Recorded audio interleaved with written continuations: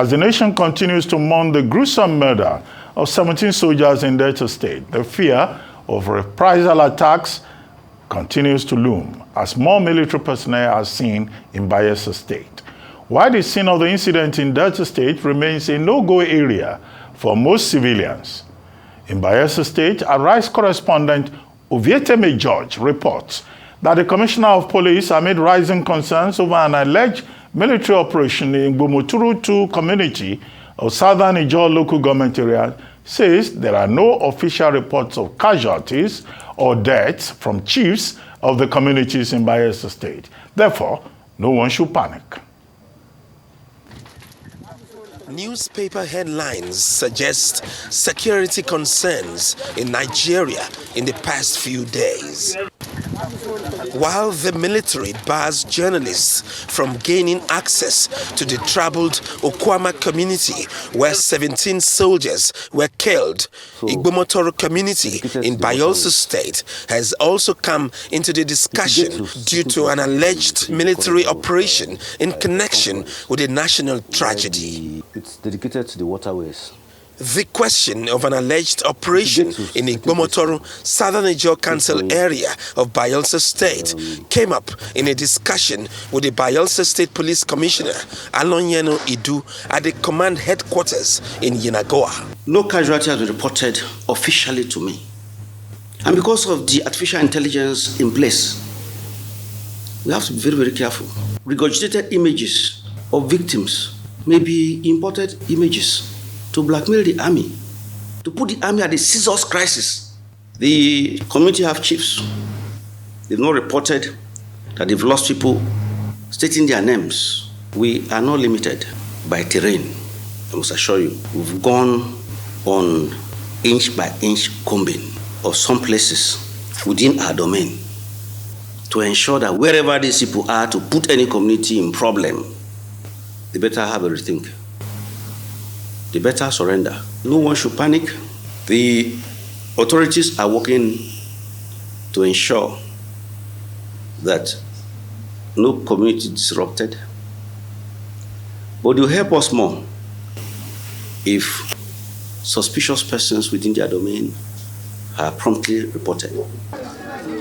Unverified reports from Igbomotoro are few and far between. But what readily comes to mind is the sad scenario of the OD 1999 invasion, further heightening present-day calls on the military to exude professionalism and avert collateral damage in the quest to arrest the masterminds of the Okuama killings in Ogeli South local government area of Delta State. Ovieteme George, Arise News.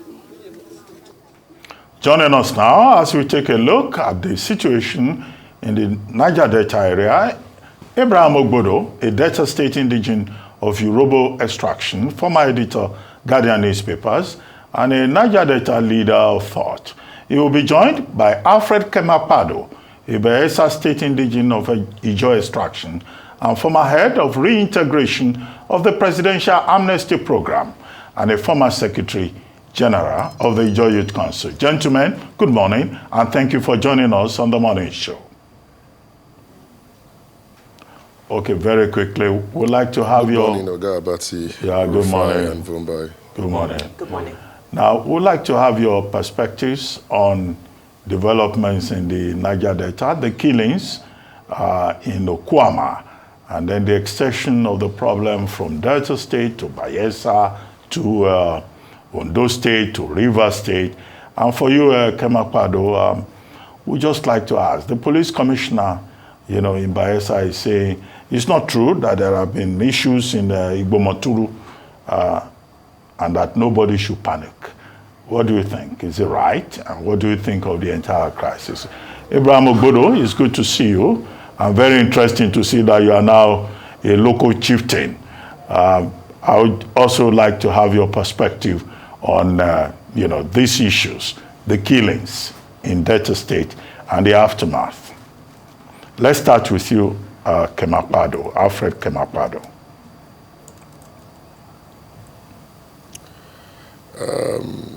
Good morning once more. these are very sad times for us, particularly for myself. It's very emotive. I say so because while I was head of the reintegration department of the Presidential Amnesty Program, I had two officers in our team, and one was a major, the other one was a lieutenant commander at the time. And in front of us, while we were still at the amnesty office, they were all promoted to the ranks of a lieutenant colonel and a commander in the case of the Navy. So when you begin to hear how officers in the rank of major, lieutenant colonel, murdered gruesomely in that barbaric manner, it just brings memories of first. God forbid that they were my friends or they were my brothers. You know, like I'd said in your studio some time ago that, you know, sometimes you can sit at home and hear these things as statistics, but the actual truth is that it's human life that is being tampered with, and that's not in any way, that's not anything anybody can condone, you know. But be that as it may, you know, sadly, today we are living with the true cost, I repeat, the true cost of deviant behavior that I pray should not come close to our terrain again anytime, any soon. But that's my take on it, and I know my condolences to the families of these slain victims, my condolences to the Nigerian Army, the Chief of Defense Staff, of course, and the Commander-in-Chief, because I'm wondering what the widows, the children, fathers, mothers are going through. So it has all of this. So I'll just join the Bayelsa State government to call on communities and relevant stakeholders to avail whatever assistance in the form of information or any other structure to ensure that we bring the perpetrators to book.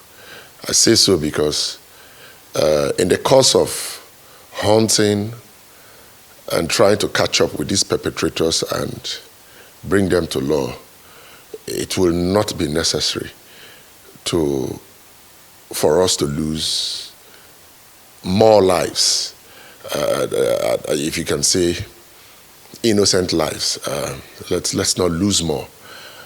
It's not something. You see, Oga Abati, it's very difficult at moments like this to say anything other than condolence. It sounds as it's morally unreasonable. The only reasonable thing to say now is to continue to condole with the families. That is the only reasonable treatment. But however, it is not also unreasonable for us to call on the security agencies to conduct themselves in such a manner that innocent lives are not lost.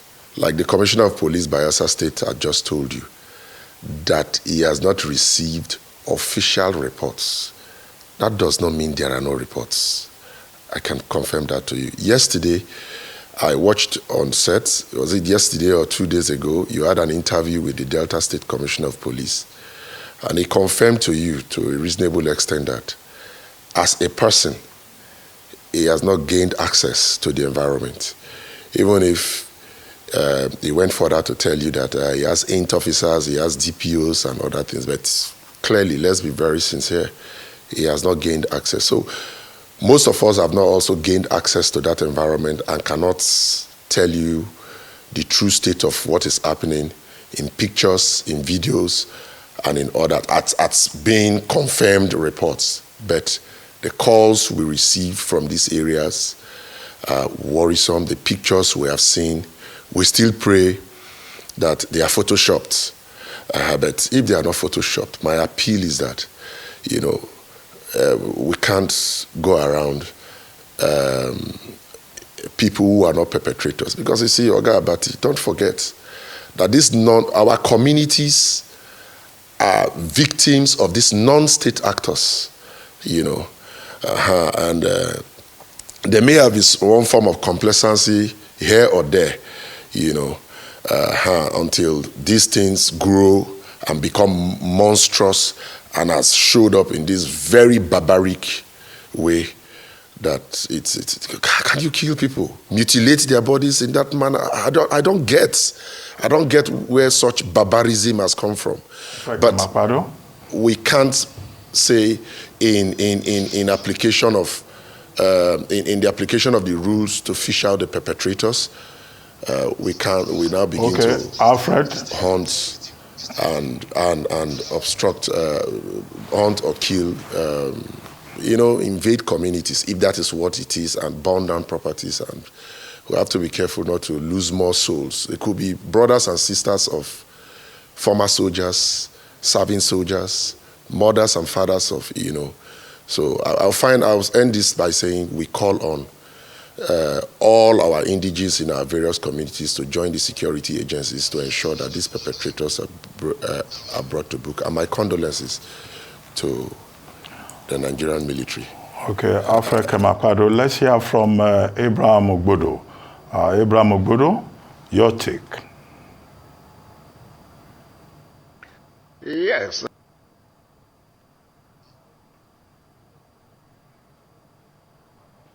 In not actually a wartime, peacetime, having that cream of officers completely decimated, it's not something anybody will be happy about. So I will join others.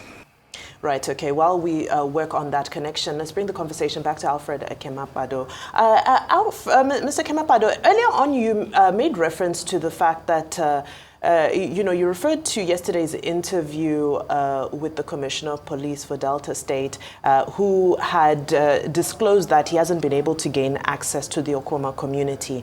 And you made a similar reference to Ibomoturu in Bayelsa, saying that you too have not been able to gain access, and several people have not been able to gain access to that community as well. I'd just like to confirm, is it because it is now an officially cordoned off military zone, or what is the reason that people have been unable to gain access to Ibomoturu so that we can get official reports or eyewitness reports or even media reports? Because we know in Okuama, even the media is not allowed to go in. Is that the same situation in Ibomoturu of Bayelsa State? Yes, same situation. The area has been cordoned off. Same situation.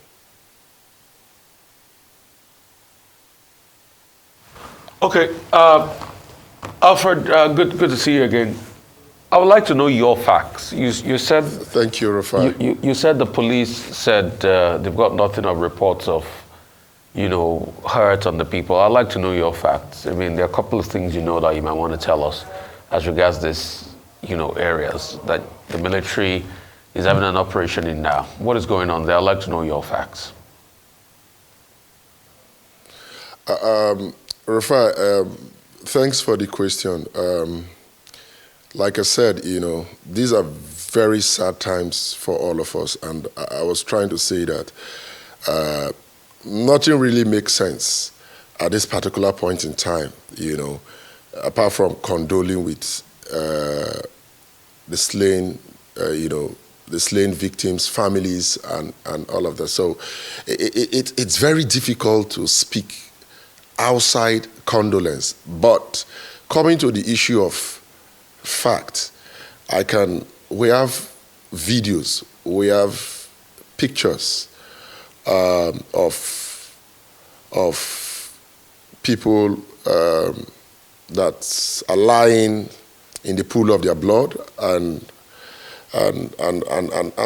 what more. We have also seen videos of houses being razed, and all these sorts, So at the end of the day, what we are saying as we are mourning with the military and other security agencies is that, yes, we will join, and we are calling on all stakeholders to ensure that the perpetrators are brought to book. But in the course of that,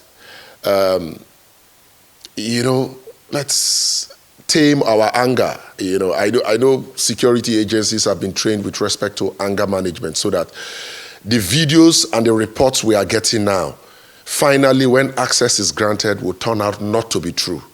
But for now, the videos and the pictures and the information we are getting, they are worrisome. And I think that is why even the Commissioner of Police in Bayelsa State has come to say he has not received official report. And I'm saying, yes, you can't, it's nothing official because the area is cordoned off. I think there is an operation going on there, as alluded to even by the Commissioner of Police in Delta State.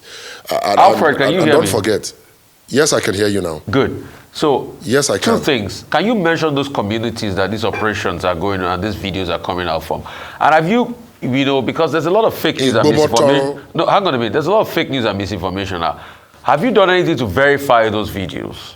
You know, have you taken it through any verification mechanism? Because we're hearing a lot of, you know, conflicting reports. And also, can you help us tell me the tedious link? Why an incident that happened in Okuama in Delta State, attacks are going on in Bayelsa and all of that. I mean, can you help us draw the tedious link?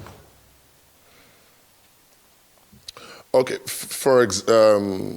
practically, I don't have the instruments or whatever it takes to verify the videos, and that's why I continue to appeal that if these things, that's why I said originally that we pray that these videos and pictures we get from Ogbodo in southern Ijaw local government of Bayelsa State turns out not to be true at the end of the day. That's why I said. And secondly, the reports we have here is that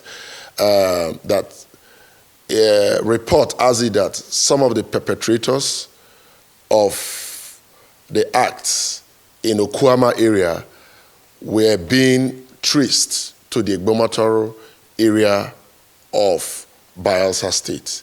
That's what we have. And I can confirm to you that whatever we are hearing at this moment is unconfirmed because there is no access to that environment by our indigenes. But that's why I will continue to condole and mourn with the military, but continue to appeal that if these videos, that these videos we are seeing come out to be very untrue at the end of the day.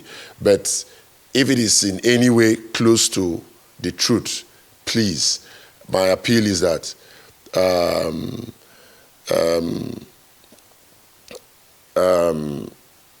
you know, my appeal is that let's take it easy. It's bad enough that we have lost this cream of soldiers, not even in wartime. Okay, yes, why we bring the perpetrators to book? Let's not lose more innocent lives. You know, like I said, our communities most times are also victims of this non-state actor. So it's something that we all have to come together to nib in the bud so that it does not have a repeat. Because you see, some time ago, like you had said, it had happened in Odi, it had happened in Zakebiam, maybe one or two other places, you know, but it doesn't solve the problem. For example, when I saw houses being burned, I was like, okay, what if the house that is being burned was housing any form of evidence that will add to the intelligence that will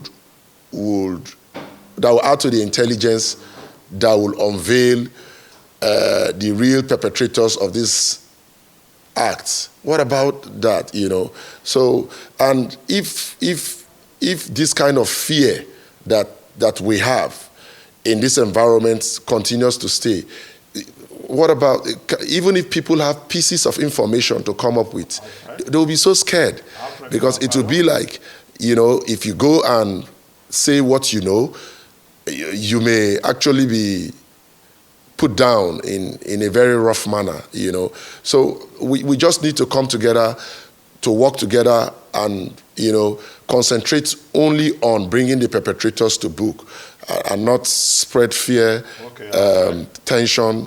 Even me, as I speak to you, I'm tensed. If you can hear it's me. as if at the mention of that issue, yes, I can. If you can hear me, I understand we now have re-established a connection with Abraham Ogbodo. Abraham Ogbodo, if you can hear me, We'd like to have your perspective, your take, and also your recommendations. Are you there, Abraham Ogbodo? Hello, Abraham Ogbodo. Yes, I'm here. Okay, to get your take, and also, to focus a bit more on recommendations. How do we go forward? Alfred Kemapado has done a good job of laying out the background, but what's your own take, and what do you think government should be doing beyond saying we'll give the slain soldiers befitting burial and national honors, and that the perpetrators of the felony will be fished out and brought to justice? Yes, I was actually commiserating with the military and the Nigerian government on the unfortunate incident. Yes, going forward, first, I think that what the president has said about investigation should be allowed to go full course. An investigation means that independent bodies, independent investigators really have to get to the site, get to the scene of crime, and let the investigation be done. The way we have it now, even the governor of the state could not get access to it. Nobody is able to get there. The commissioner of police yesterday lamented also his inability to access the place. It's not done that way. While we really commiserate with the military cannot be entirely a law unto itself. We are talking of a case. It cannot be the one to create the charge. We'll be the one to investigate it, and we'll be the one to adjudicate. And so we will want a situation when people who are detached, real professionals, to get to the place, they should be allowed to collect evidence of the crime. Let them look at all the details, all the angles to it, and then let them come with a position, something that will be more credible. The military cannot stop every other person from entering the area, and then they are just there. We have a lot of stories, creating all kinds of narratives, conspiracies actually, that they have even moved the swamp boogies, they've moved it to level the place. No, it doesn't work that way. When it was in OD, it didn't stop it. And so, doing it this way is not going to stop it. Well, Alfred Kemapado, are you there with us? Looks like we lost connection again with Abraham Ogbodo. I am, yes. Senior. We're trying to focus on recommendations. And Abraham Ogbodo was already speaking along those lines. What are your own recommendations beyond the narratives that are out there? Oga Abati, I will tell you what I think about my recommendations as applicable to the Niger Delta, to the Northeast, or to any other part of the country. Firstly, this kinetic approach to security has to be slowed down.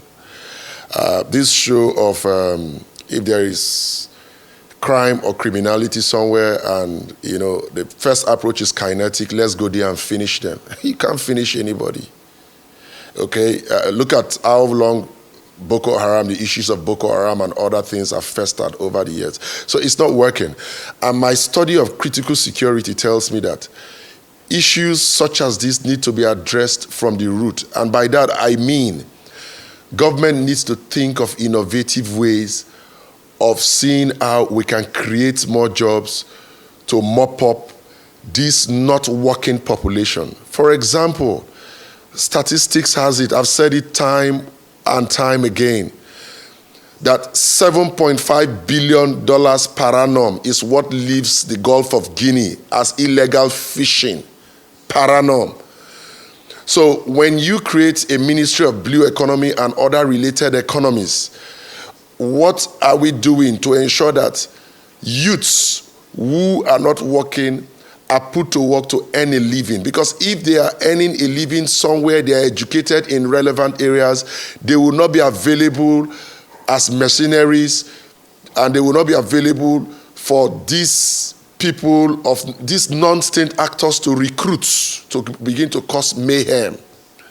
So apart from this kinetic approach, we need to begin to see how we can begin to create an economy. For example, I'm sorry to say, if you go to America, the prisons are full. If you go to the Scandinavian countries, such as Norway, the prisons are empty. We need to ask why.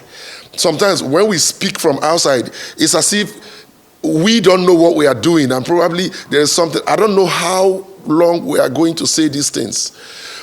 Government needs to begin to create alternate sources of incomes. Because you see, it's just like firefighting.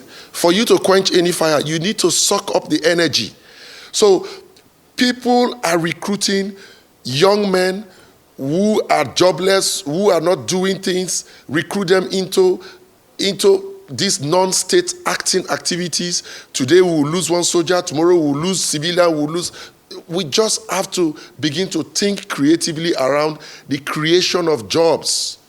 That's my own. Yes, this is in addition to the issues of community policing, state policing, but there is no amount of community policing, state policing, and everything that curbs crime in any part of the world if we don't create the enabling environment for people to have alternate sources of income and livelihood. That is the truth. So state governments and federal governments need to collaborate. This is not the time for APC, PDP, and other things. Yes, they need to collaborate to create these jobs. Yes, as a practitioner and as a leader in my own right here in the Niger Delta, I can tell you that there is also the need for federal government to set up any form of structure to see how they can mop up light arms and ammunitions. It is arguably true that there are even more arms and ammunitions around this region even before amnesty was declared. I was former head of reintegration of the Presidential Amnesty Program, and I speak with authority. So yes, we can do all of these things, but first and foremost, we need to cut the pipeline that feeds the violence. We need to begin to concentrate on our youth and our children who are between the ages of 12 to 18. We need a 10 years plan so that by the time the 12 years old are becoming the 22, the 18 years old are becoming 28. Okay, we would have, if we concentrate on the people between the 12 to 18, we would have been able to inject a new culture, a new work attitude, a new approach to life. But first and foremost, education must be given in relevant areas. Not just go to school that you have graduated. You have a degree in zoology or theology. No, of what relevance will it be to you in life after all? So people can go for 6 months training, even in fishing culture and other things, come back and become very relevant. Alfred Kemapado. Alfred, yeah, we get your point, but we understand we now have the great Malabite Abraham Ogbodo back with us. Ogbodo, you are a great Malabite. Make sure your internet connection is okay now. Okay? We're back to you. Good to have you back on the show. And you were making recommendations before we went to Kemapado. Great Malabite, action. Yes, yes. I was saying the first instance that the military cannot be entirely a judge in its own court, that the military should allow access onto the crime scene. Even the governor could not access it. The commissioner of police lamented yesterday. It's not done that way. It's unfortunate it has happened. But to get to the root of it, the military may have to step back. The place cannot remain a perpetual operational area. No, I think they have done enough operation, and let them step back so that people can go there, investigation properly done, and then the root of the matter is reached. Going to recommendations, you will agree that these are just symptomatic of the fault lines of the Nigerian state.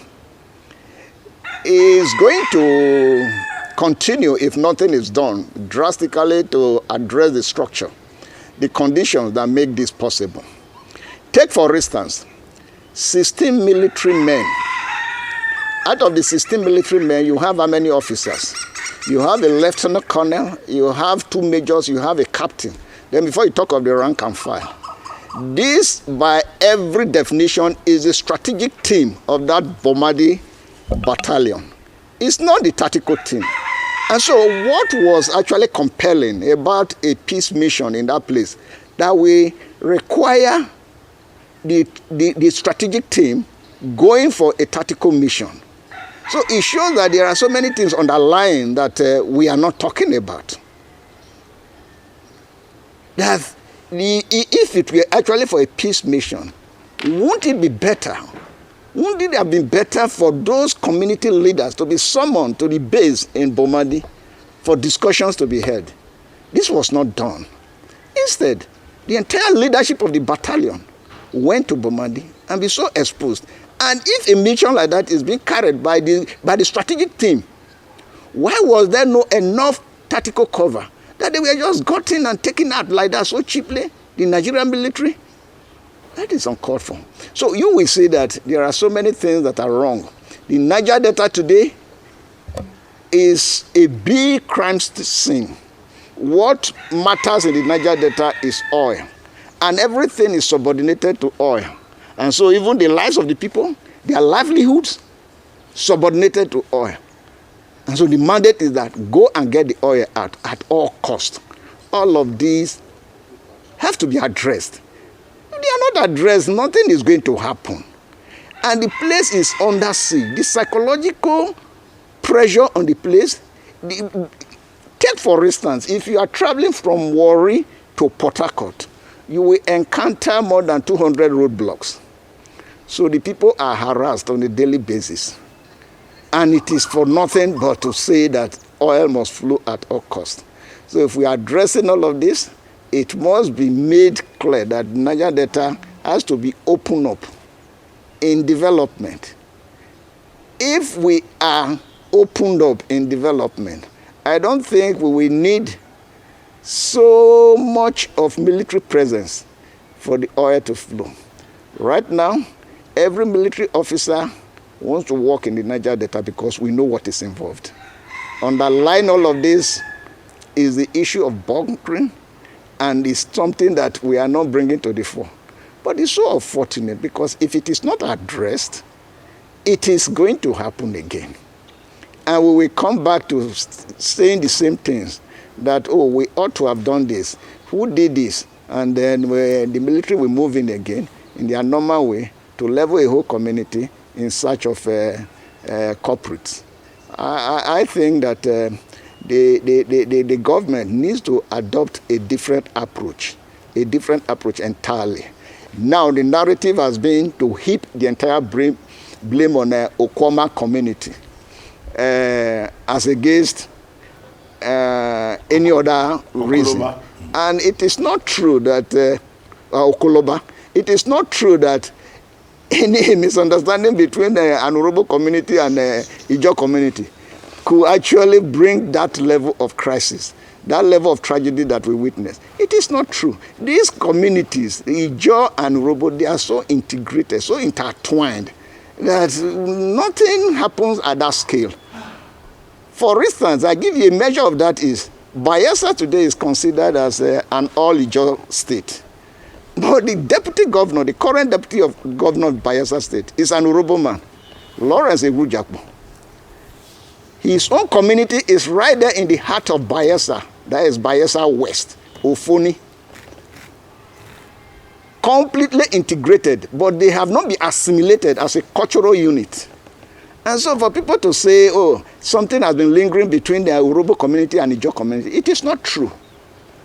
Mr. Ogbodo, if you might allow me to interject at this point. You know, while we're talking about these communities, you know, it's one thing for us to say we are not able to get in, but we know for a fact, confirmed reports that people have left. These communities are now deserted. Are you hearing anything from these people? Why haven't we had any official reports? Why is nobody speaking to these people who have run away, fled, escaped their communities? You know, from the people that, of course, you have boots on the ground. Have you been able to have any, you know, indirect interactions with these people who have escaped these communities to get an eyewitness account of what they experienced? Or are these people currently being silenced? Yes, many of them are putting their stories on social media, but we can't just trust that. But the truth of it is that this community we're talking about, they are rural communities, almost like fish settlements that expanded to their community. We're talking of a community of maybe less than 1,000 people. They are afraid. They won't even want to come out to speak. Because what is in their head is that wherever you are found, you will be taken by the military. And so a lot of them are even running away from coming out to say anything. Just the leaders, by way of maybe the king of the area and other community leaders that are talking on their behalf. As we talk, there is nobody, no life there in the community. It has been taken completely over. And the soldiers will not even allow independent people to enter, to know, to have an assessment, on the ground assessment of what actually happened and what is happening now. Everything is, like the commissioner was saying yesterday, that everything is by signals from his men on ground and DPO and all of that. Why should the military, they are the ones accusing. They want to prosecute. They want to also adjudicate. It doesn't happen that way now. What jurisprudence allows that? And so, if we want to get to the bottom of this, this community, these are real ordinary people, ordinary folks. They don't even have the confidence to come out to say, oh, this is what has happened. A lot of them call. They call to say. And the story is that, oh, we have so many people killed. And we don't even have the evidence of those that have been killed.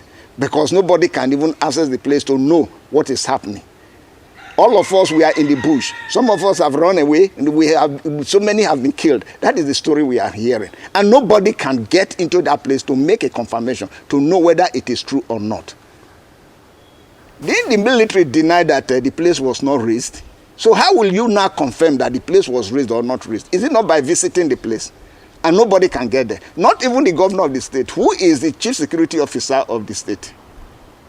You see, these are the fault lines of the Nigerian state we're talking about. The military is acting as if it is a sovereignty. No. It's subordinate to civil authority. If the president has said there should be investigation, who are those to do the investigation? The secret police is there. The normal police is there. So can't they collaborate, even if it is going to be a joint effort? Can't they collaborate with other security agencies so that we get the objective perspective? But now we just running with a single narrative. It is not proper. It is not proper. And now every other person is saying, no, the culprits must come out, the youths of, making it look like there are some people hidden in that community that must be brought out at all costs. If that level of crime has taken place, are you sure that the people that really perpetrated it will still be there, waiting to be arrested? The answer is no. Nobody has been able to give the exact circumstances under which those gallant officers were taken down. Okay, I want to ask you this real quickly as we wrap up. Mr. Ogbodo, as we wrap up, sir, do you think this is really about the communal conflict or about resource? Well, your guess is as good as mine. It's not about communal crisis. What level of communal crisis? I'm talking that the combined population of those two communities will be less than 2,000 human beings. Where will they get the capacity to wreak that level of havoc, to deliver that degree of tragedy? Where will they have the capacity? It's not possible. And we hear, of course, it's like a crime taking place in any of these drug enclave in Latin America, and you'll be looking for something else other than drug. There is no serious crime that happens in the Niger Delta that does not have oil, crude oil, and the arising benefits. How those arising benefits can be allocated? Who should take what? Will be underlying any serious crime of this nature. And in the first place, why is the place militarized? It's militarized because of oil, the oil economy. The feeling that the oil is being used by those that should not even have access to it. Bunkering, that is the name for it. And so, where maybe a transaction has gone bad and all of that, and then you see one group getting against the other group. And this also is creating a different sociology in the Niger Delta. We now have strong men instead of strong institutions. So if I'm able to have an upper hand, I had Senator Akpabio talking of mercenary. The man who is strong with an upper hand can even hire some of our own forces as mercenary against a weaker person. And these are things that should not be allowed. So in this investigation, in fact, this should be a watershed. Let the government use this as a basis to read the root of the matter. Well, it is not enough that once an incident, an isolated case happens, then people will now be running around and be looking the other way. On that note, we would like to thank you very much, Abraham Ogbodo, and also Alfred Kemapado, for joining us on The Morning Show.